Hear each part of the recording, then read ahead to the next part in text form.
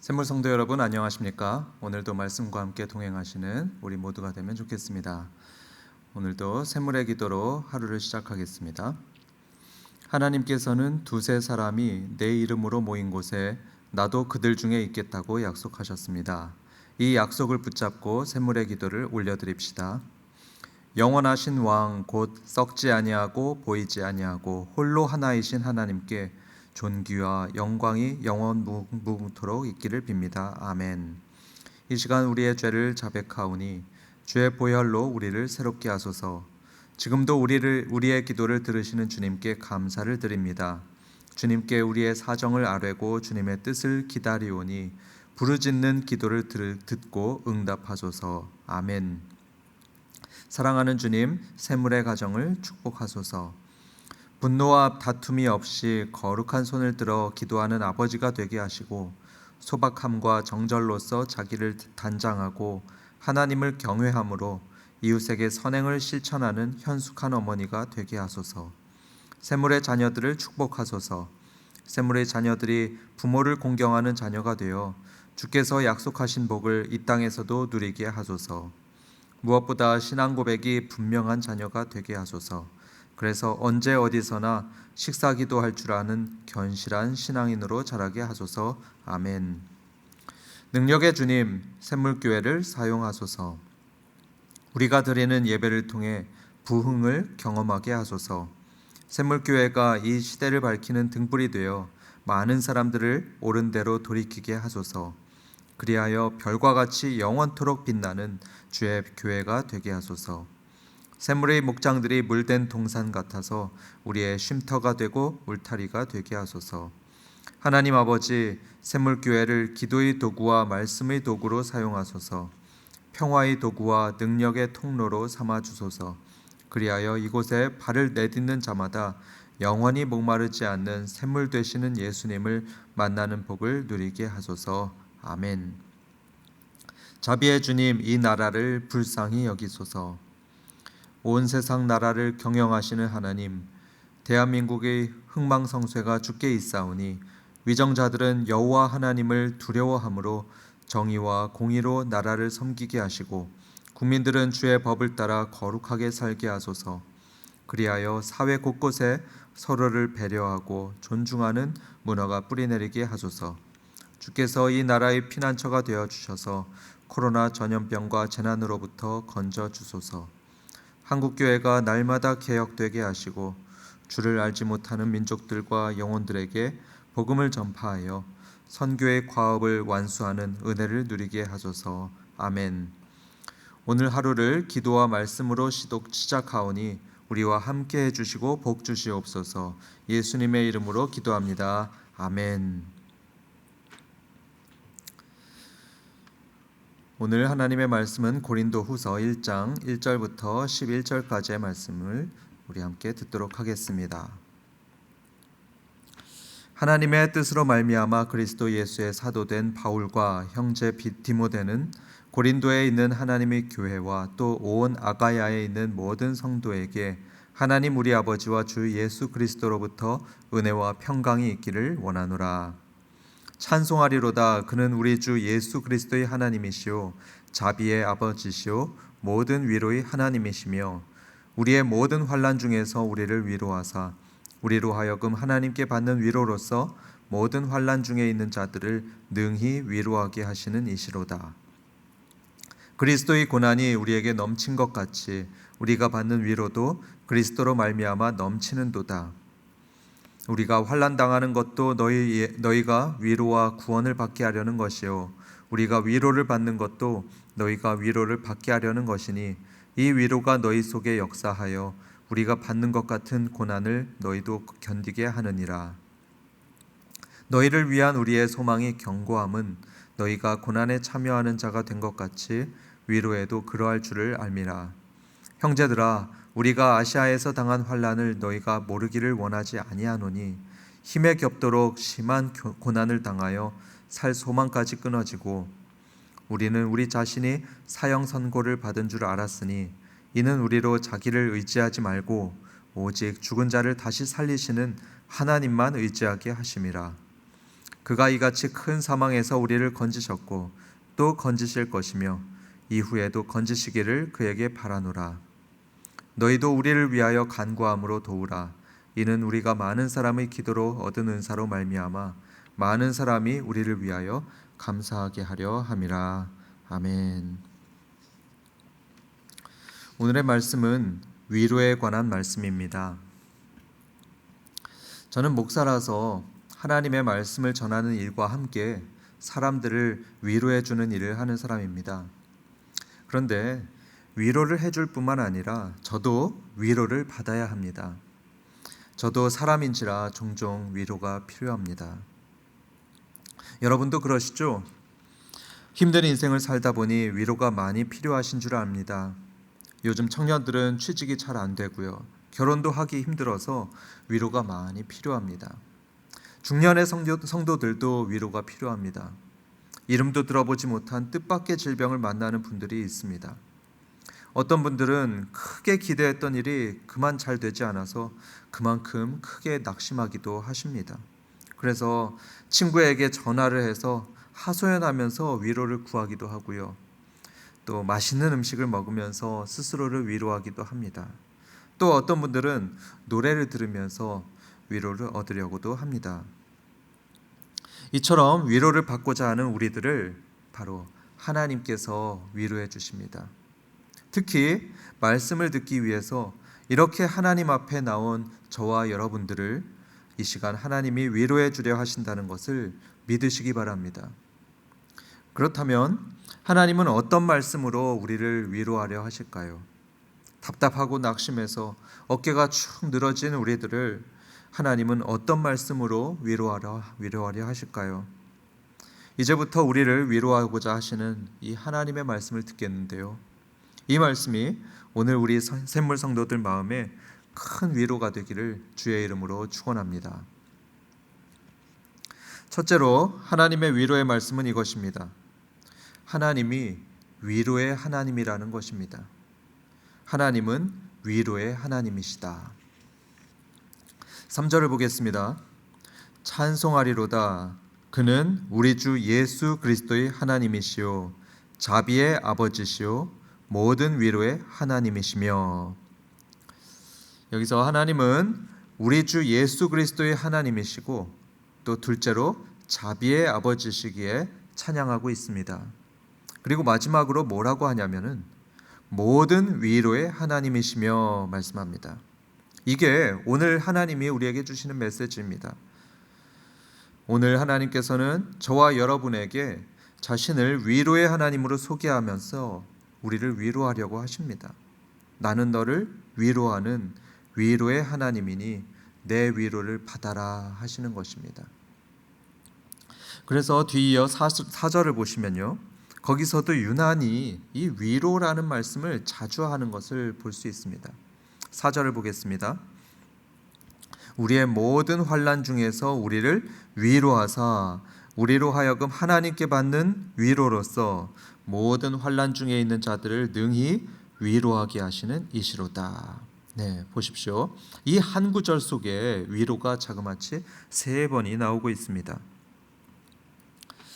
저는 여기서 우리를 향하신 하나님의 마음이 느껴집니다. 하나님은 위로의 하나님으로 우리들에게 다가오고 계십니다. 하나님은 전능하신 하나님도 되시고 치유의 하나님도 되시고 때로는 심판의 하나님도 되시지만 오늘은 저와 여러분에게 위로의 하나님으로 다가오고 계십니다. 여러분, 그래서 4절의 마지막에는 여러분의 이름을 넣어서 읽으시면 좋겠습니다. 마지막에 보시면 모든 환난 중에 있는 자들을 능히 위로하게 하시는 이시로다 말씀하는데요. 여기 모든 환난 중에 있는 자들, 여기다가 밑줄을 그으시고 거기에 자신의 이름을 넣어서 읽어보십시오. 거기에 제 이름을 넣으면 이렇습니다. 모든 환난 중에 있는 김대중을 능히 위로하게 하시는 이시로다. 여러분도 한번 해보십시오. 지금 한번 해보시기 바랍니다. 그리고 저는 여기에 샘물 성도도 넣어서 읽어보고 싶습니다. 모든 환난 중에 있는 샘물 성도들을 능히 위로하게 하시는 이시로다. 여러분, 아멘이십니까? 그렇습니다. 하나님은 환난 중에 있는 우리를 위로하시는 위로의 하나님이십니다. 지금 우리는 하나님이 우리를 위로하시는 말씀을 듣고 있는 중입니다. 둘째로 하나님께서는 말씀하십니다. 고난이 넘칠 때 위로의 하나님을 넘치게 만날 것이다. 고난이 넘칠 때 바로 그때 위로의 하나님을 넘치게 만날 것이다 하는 말씀입니다. 이 고린도후서 편지를 썼던 바울은요, 말도 못하게 고생하며 살았던 사람입니다. 아마 우리가 겪는 모든 고생들을 다 끌어모아도 이 바울의 고생 그릇을 다 채울 수 없을 겁니다. 5절을 보면 그게 잘 나타나 있습니다. 5절을 한번 보십시오. 그리스도의 고난이 우리에게 넘친 것 같이 말씀합니다. 그리스도의 고난이 우리에게 넘친 것 같이. 여러분, 예수님의 고난 얼마나 큽니까? 그런데 바울은 그 엄청난 예수 그리스도의 고난이 자기에게 넘쳤다고 말씀합니다. 8절도 보십시오. 8절 보시면 형제들아 우리가 아시아에서 당한 환난을 너희가 모르기를 원하지 아니하노니 힘에 겹도록 심한 고난을 당하여 살 소망까지 끊어지고 우리는 우리 자신이 사형 선고를 받은 줄 알았으니. 바울은 여기서 살 소망까지 끊어졌다고 합니다. 그러니까 바울은 차라리 죽는 게 나을 정도로 고생이 너무 심했습니다. 그리고 사형 선고를 받은 줄 알았다 이렇게 말할 정도로 이제는 끝났구나 생각했습니다.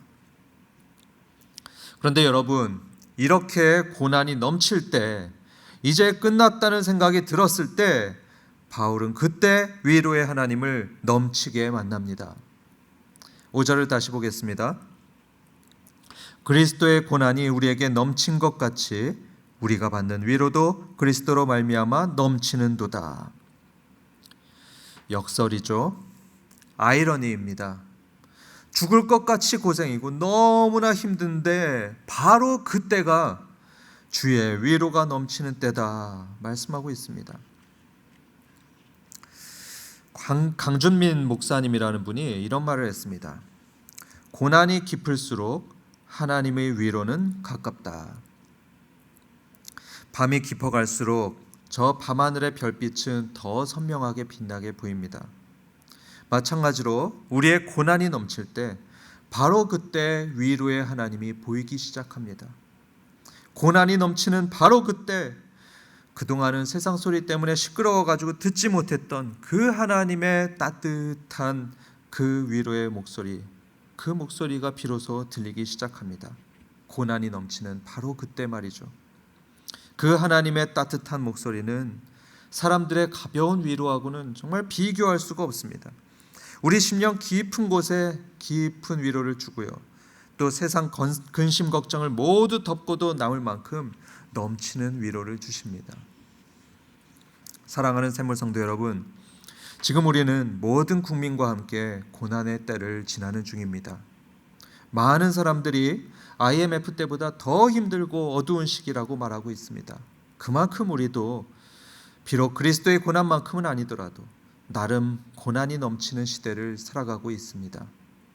하지만 성도 여러분, 주님의 말씀처럼 이 고난이 넘칠 때 그리스도의 위로는 더 넘칠 것입니다. 고난을 겪는 우리에게 위로를 주기 위해서 하나님은 우리에게 더 가까이 오실 겁니다. 그래서 우리는 위로의 하나님을 더 경험하게 됩니다. 비록 지금은 고난과 씨름하고 있지만 이 위로의 하나님을 더욱 넘치게 경험하면서 그 하나님의 위로에 힘입어 세상을 넉넉히 이겨내는 저와 여러분 되시길 주님의 이름으로 축원합니다. 셋째로 하나님의 위로는 이것입니다. 하나님이 우리를 고난에서 건져주실 것이다.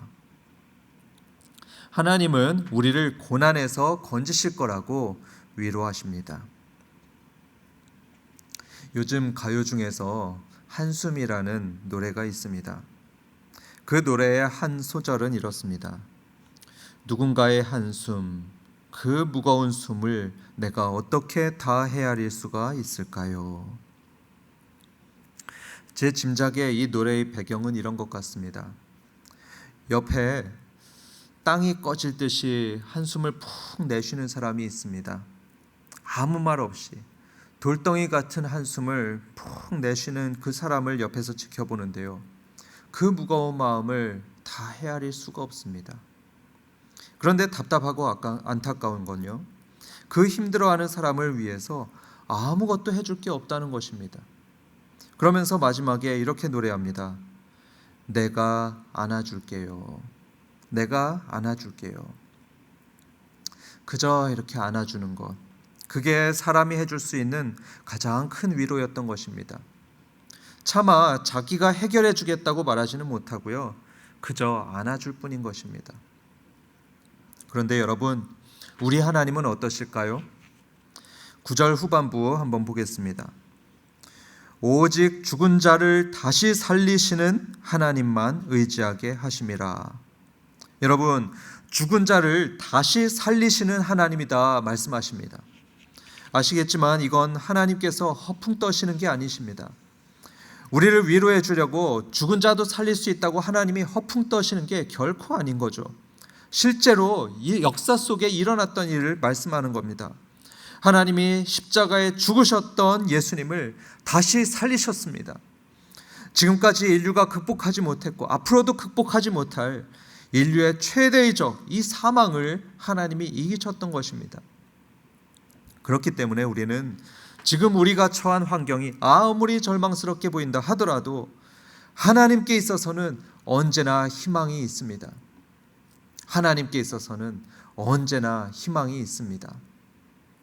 죽은 자를 다시 살리셨던 하나님은 위로의 말밖에 할 수 없는 이 무기력한 우리와는 다르게 실제로 우리를 도우실 수 있습니다. 우리의 병도 치유하실 수 있고요, 우리 회사도 살릴 수 있고 우리의 깨진 관계도 회복시키실 수 있습니다. 죽은 자도 다시 살리셨던 우리 하나님이시기 때문입니다. 이 하나님의 말씀을 믿으신다면 10절의 기도를 우리 함께 드릴 수 있기를 바랍니다. 10절을 함께 보겠습니다.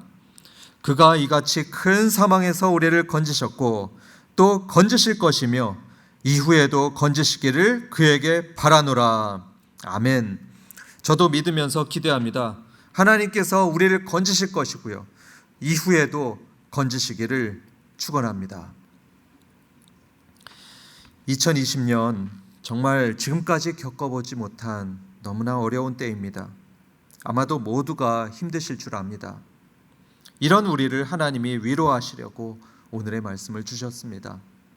하나님은 우리를 위해서 위로의 하나님으로 오시겠다고 말씀하십니다. 이 위로의 하나님을 우리는 이 고난의 때 더 깊고 풍성하게 만나며 위로받게 될 것입니다. 그리고 결국에는 하나님이 우리를 이 고난에서 건져주실 것입니다. 사랑하는 성도 여러분, 이 하나님의 말씀을 믿으시고 위로받으시기 바랍니다. 위로의 하나님이 오늘 하루도 우리와 함께 하시며 우리 심령에 깊은 위로를 부어주시길 주님의 이름으로 축원합니다. 오늘 좋은 하루 되십시오.